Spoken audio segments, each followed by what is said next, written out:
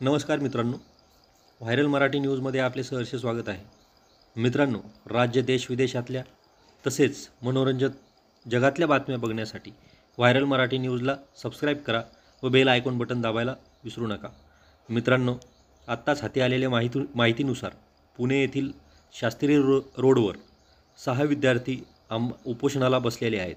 त्यांची रास्त मागणी अशी आहे की महाराष्ट्र लोकसेवा आयोगाने 25 ऑगस्टच्या दिवशी जो राज्यसेवेचा पेपर ठेवला आहे त्याच दिवशी IBPSची सुद्धा परीक्षा आहे.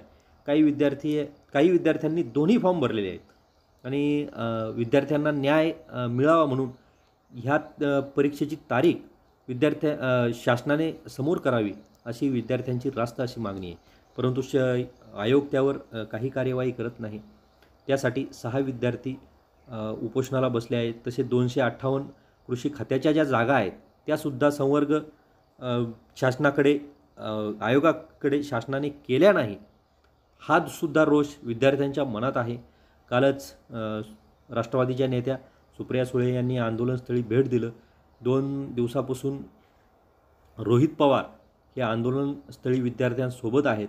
त्यांचा जाहीर पाठिंबा या आंदोलनाला आहे. आंदोलन चिघळण्याची शक्यता आहे. शासनाने लवकरात लवकर या आंदोलनावर काहीतरी तोडगा काढावा आणि विद्यार्थ्यांना न्याय हक्क द्यावा एवढीच सर्व विद्यार्थ्यांकडून शासनाकडे जाहीर अशी